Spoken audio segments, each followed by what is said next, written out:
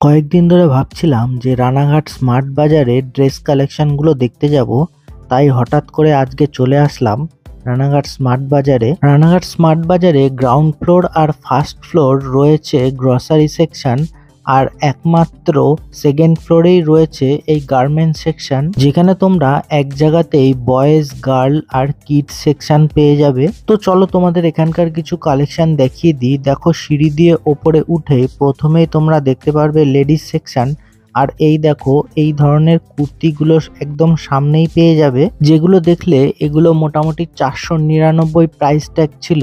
আর এইখানে দেখো বিভিন্ন ধরনের ছোটখাটো ড্রেস রয়েছে, আর এইখানে দেখো এটা ছিল 399-এর।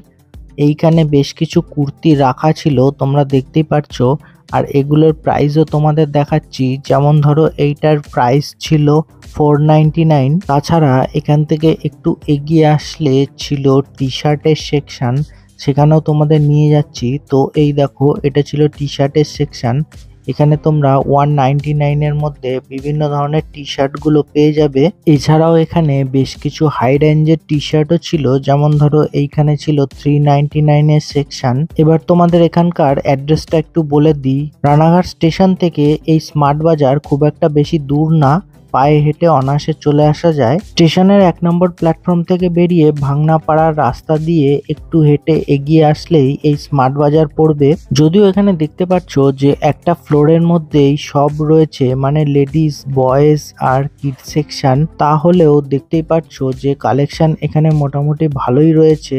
যেমন ধরো এইখানে বিভিন্ন ধরনের শার্ট ছিল, আর এইগুলো ছিল 599-এর। তার মধ্যে থেকেই দেখো যতটা পারছি তোমাদের দেখানোর চেষ্টা করছি প্রাইস ট্যাগ সহ।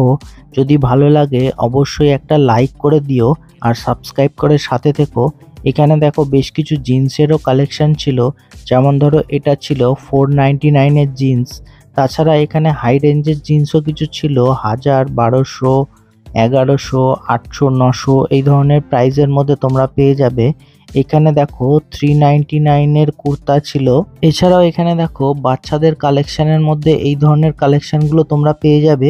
তা আমরা এখান থেকে কয়েকটা টাওয়াল নেব বলে এসেছিলাম। তো এই দেখো এখানে ছিল টাওয়ালের সেকশন, আর টাওয়ালের সেকশনের এখানে এতটাই জাম ছিল যে ওখানে যাওয়াই যাচ্ছিল না। এবার সামনেই দেখো এই ধরনের জিনিসগুলো রাখা ছিল, যার জন্য যাওয়া যাচ্ছিল না। এখানে যাওয়ার রাস্তা নেই, তাও ঢুকছে।